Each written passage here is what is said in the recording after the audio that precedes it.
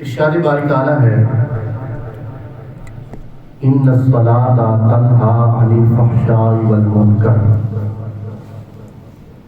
بے شک جڑی نماز ہے یہ بے حیائی کو بھی روکتی ہے تے برے کاماں کو بھی روکتی ہے۔ قرآن مقدس کے اندر سورۃ الفاتحہ کو لے کے سورۃ الناس تک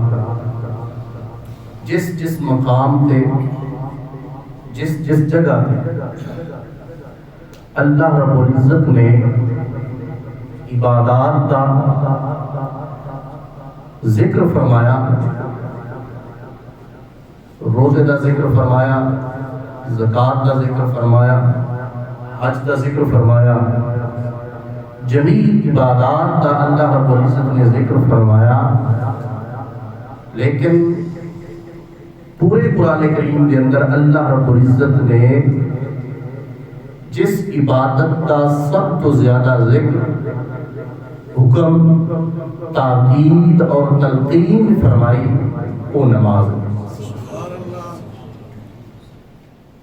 اتنی تاکید اور اتنی تفصیل دے اندر کسی اور عبادت کا تذکرہ نہیں، اتنی تعداد دے اندر کسی اور عبادت کا ذکر نہیں، اتنی تعداد دے اندر سینکڑوں مرتبہ قرآن مقدس کے اندر خالق کائنات نے اپنی اس عظیم فریضہ عبادت یعنی نماز کا ذکر فرمایا۔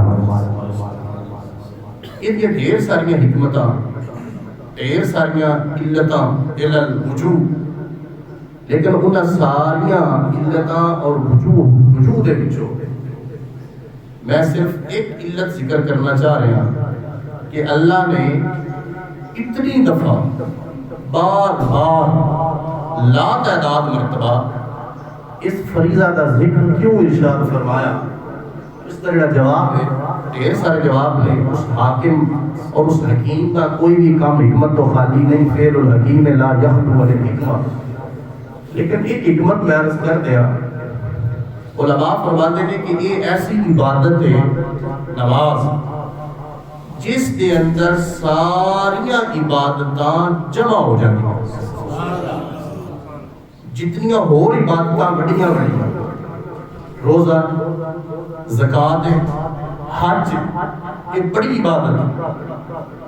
زکوٰۃ، روزہ اور حج، ان عبادات اللہ نے نماز دے اندر انہاں دی تشبیہات اور انہاں دی مثالاں نماز دے اندر اللہ رب العزت نے بندہ مومن واسطے اجاگر فرمائی۔ سنو، روزے دے اندر بندہ کھا نہیں سکتا، پی نہیں سکتا، دیگر معاملات جڑے اللہ رب العزت نے منع فرمائے انہاں تو دور رہنا پوندا۔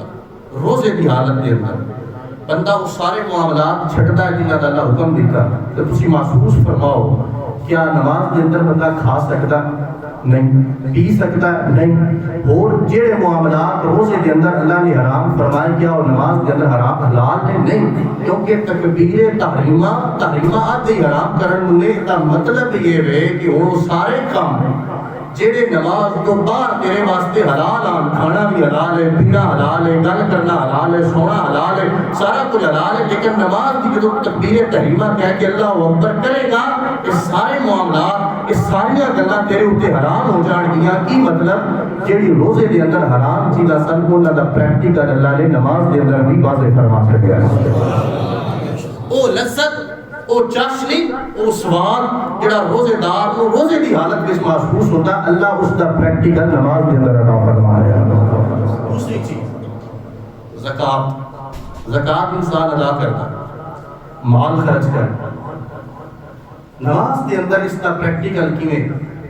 اس دے اندر اللہ رب العزت نے انسان نو یہ موقع دیتا کہ جویں اتھے تو مال خرچ کر رہے اتھے تو اپنا وقت خرچ کر، تو اپنی جان خرچ کر، وقت کٹ کے آ، اللہ کے حضور سجدہ ریز ہو، اتنے تیرا مال خرچ ہو رہا ہے، اتنے تو وقت خرچ کر، انہیں احساس ہو جائے کہ وقت بھی خرچ کیتا جا رہا ہے کہ اللہ رب العزت کی حضور میری ایک ایک گھڑی کا بدلہ اللہ عبادت کی صورت میں عطا فرما رہے ہیں، اجر و ثواب کی صورت میں عطا فرما رہے ہیں۔ وہی زکوٰۃ والا ایلیمنٹ اور زکوٰۃ والا پریکٹیکل اللہ نماز کی صورت میں واضح فرما رہے ہیں۔ اور تیسری چیز حج کرنے واسطے سفر کرنا پوندا، خرچہ کر کے بندے مکہ مکرمہ دیا زیارتاں اور حاضریاں نصیب ہونیاں، جا کے بندہ طواف کعبہ کرتا ہے۔ اللہ رب العزت نے فرمایا او تے کام او بندہ کرے جڑا صاحب استطاعت ہے، جنوں اللہ نے صاحب حیثیت اور صاحب ثروت بنایا، لیکن نماز واسطے پریکٹیکلی دے چھڑیا۔ حج واسطے بھی تو گھروں سفر کرتا ہے، نماز واسطے بھی گھروں سفر کر کے مسجد کے دروازے تک آ، اور اوتھے آ کے تو حج واسطے کعبہ اللہ دے گرد طواف کرتا ہے، ایتھے تو کعبہ اللہ کی طرف رخ کر کے وہ تصور بنا کے کہ میں قبلے کی طرف رخ کر کے نماز ادا فرما رہا، تو ادا تے نماز کر رہے پر اللہ کی وہ ثواب اور وہ پریکٹیکل والا ثواب حج والا نماز کے اندر واضح کر کے تینوں کا جو ثواب عطا فرما رہے۔ دوستان ذی وقار، تاں اللہ نے فرمایا ان الصلاۃ تنہا عن الفحشاء والمنکر، بے شک نماز انسان کو بے حیائی بریا کما تو روکتی ہے۔ یاد رکھو ایک سوال پیدا ہوتا ہے کہ انسان نماز بھی پڑھتا ہے، عبادت بھی کرتا ہے، 5 وقت مسجد کے گرد جا کے گھومتا ہے، حاضری دیتا ہے، لیکن مسجد جو باہر نکل کے بے حیائی والے کام بھی کر رہا ہے، برے کام بھی کر رہا ہے، جنہ کما تو شرع نے منع فرمایا انہاں دا ہو رہا ہے، پیروکار ہو رہا ہے، انہاں تو چل رہا ہے اس کام کے اوتے، تو نماز نے ان کو بے حیائی تو نہ روکیا، برائی تو نہ روکیا۔ حالانکہ قرآن کریم کا کتاب آئے ہوئے کہ نماز بے حیائی اور برائی تو روک دی۔ علماء نے جواب دیتا تفاسیر کے اندر کہ جتنی دیر تک نماز خشوع و خضوع تذلل عاجزی اور انکساری دے نال انسان اپنے دل نو مصطفیٰ کریم علیہ الصلوۃ والسلام کی محبت کے نال زندہ کر کے خوشبودار بنا کے جتنی دیر تک رب کے حضور سجدہ ریز نہیں ہوئے گا اتنی دیر تک وہ نماز نہیں، کیونکہ مولا کائنات علی المرتضیٰ شیر خدا رضی اللہ تعالیٰ عنہ آپ نے فرمایا میں اللہ کی عبادت جہنم دے ڈر تو بھی نہیں کرتا، میں اللہ کی عبادت جنت کے لالچ میں جا کے بھی نہیں کرتا۔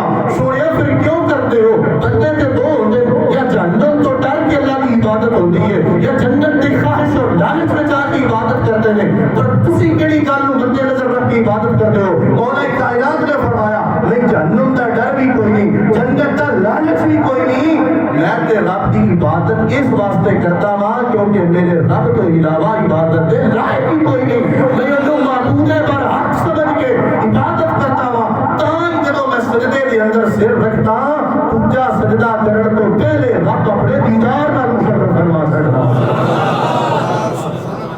دوستان ذی وقار، اصل عبادت تے یہ اصل لذت والی خشوع اور خضوع والی، لیکن حضرت واصف علی واصف رحمت اللہ تعالیٰ علیہ آپ کا فرمان میں یاد آ رہا ہے، صوفی کی ایک اپنی دنیا آپ فرماتے ہیں اے حاضری، اے خشوع و خضوع، اے تذلل عاجزی انکساری نصیب ہوندی پئی ہوئے تے بڑی سعادت مندی ہے۔ اگر اس نصیب نہیں ہو رہی حاضری پھر بھی پیش کرتے رہنا چاہیے، محبوب دے بوئے تے آ کے اپنی جبین کو رگڑتے رہنا چاہیے، حاضری لگتی رہے، ایک نہ ایک دن محبوب راضی ہو کے دروازے کھول چھڑے گا، کرم گستریاں فرما چھڑے گا، دستگیری فرما چھڑے گا، پھر تیری عبادت وہ عبادت بڑھے گی تیری مصطفیٰ کریم علیہ السلام نے فرمایا ان تعبد اللہ کأنک تراہ فإن لم تکن تراہ فإنہ یراک۔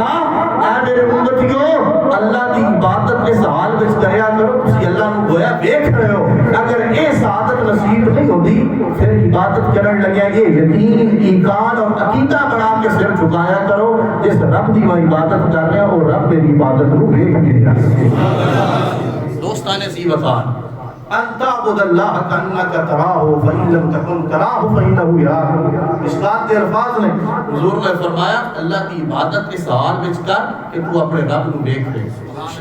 کتنے لوگ ہیں، کتنے ایسے اللہ نے برگزیدہ اشخاص نے جنہاں نے اللہ دا نماز دے اندر دیدار کر کے اس جمال الہی تو فیضیاب ہوئے اور عبادت انج کیتی کہ اپنے معبود نو ویکھ کے اوتے حضور سجدہ ریزی کیتی. لیکن یہ شان ہر بندے دا نہیں, یہ سعادت ہر بندے دے نصیب وچ نہیں. حضور نے کرم اور مہربانی فرمایا اگر یہ نصیب نہیں ہوتا فَإِن لَمْ تَكُنْ تَرَاهُ فَإِنَّهُ يَرَاكَ, پھر ایک یقین بڑھا لینا چاہیے نا کہ میں انہوں نہیں دیکھ رہا, وہ تو میں دیکھ ہی رہا. یاد رکھو یہ اتنی دیر تک ایک ایسا بندہ جڑا نمازاں پڑھ رہا, عبادتاں کر رہا, تسبیح و تحلیل کر رہا, بڑا کچھ کر رہا, لیکن ان کی عبادت فائدہ مند کے واسطے ثابت نہیں ہو رہی. ثابت ہویا کہ اجے تک انہیں دل چو اس نماز نو نیدیا نہیں, اپنے دل چو اس غلاظت نو, اس نجاست نو, اس آلودگی نو خارج نہیں کیتا. اور یاد رکھو یہ غلاظت نجاست دو صورتوں میں سے نکلتی ہے, تسبیح دے پھرن نال نہیں, سجدہ ریزی نال نہیں, یہ نکلتی ہے اللہ کے فضل نال تے مصطفیٰ کریم دی نظر عنایت نال نکلتی ہے. ورنہ کتنے لوگ عبادتاں کرتے ہیں, ریاستہ کرتے ہیں, مجاہدات کرتے ہیں, میرا پروردگار عالم انہاں دی عبادتاں نو انہاں دے منہ تے ماردا کیونکہ خشوع و خضوع تو خالی ہوندی. جیڑی عبادت خشوع و خضوع تو خالی ہو جائے. اور یاد رکھو حضور علیہ الصلوۃ والسلام نے ایک دن فرمایا صحابہ کرام کو, واللہ ما یخفی علی رکوعکم ولا خشوعکم, اے میرے صحابہ اللہ کی عزت کی قسم ہے میں تھوڑے رکوع بھی دیکھ رہے ہوں نا, تھوڑے خشوع بھی دیکھ رہے ہوں. محبت نال بول رہا ہے. اے عقیدہ رکھو, حضور دا فرمان قیامت کی صبح تک ہے. حضور ساڈے رکوع تو بھی باخبر نے کہ ساڈے دل دی کیفیت خشوع تو بھی باخبر ہے. تے جدوں یہ یقین بڑھ جائے کہ میں جس کی عبادت کر رہا وہ بھی دیکھ رہا ہے, اور جدے وسیلے نال میں نماز ملی ہے, مدینے دا تاجدار بھی میری عبادت کو دیکھ رہا ہے, پھر عبادت نور بھی بڑھتی ہے. رب اس عبادت کے اندر برکت پا کے جو ثواب بھی عطا کروا سکتا ہے. صرف بندہ دکھلاوے واسطے, ریاکاری واسطے, نمود و نمائش واسطے اللہ کے حضور سجدے کرتا بھی رہے, تسبیحاں پھیرتا بھی رہے, تو پھر ثواب ملتا نہیں. دوستان عزیز وقار, جتنی دیر تک دل اللہ کے حضور سجدہ ریز نہ ہوئے, جتنی دیر تک دل مصطفیٰ کریم علیہ الصلوۃ والسلام کی محبت کا ڈیرا نہ پڑے, اتنی دیر تک عبادت کے اندر لذت چاشنی اور سواد نہیں.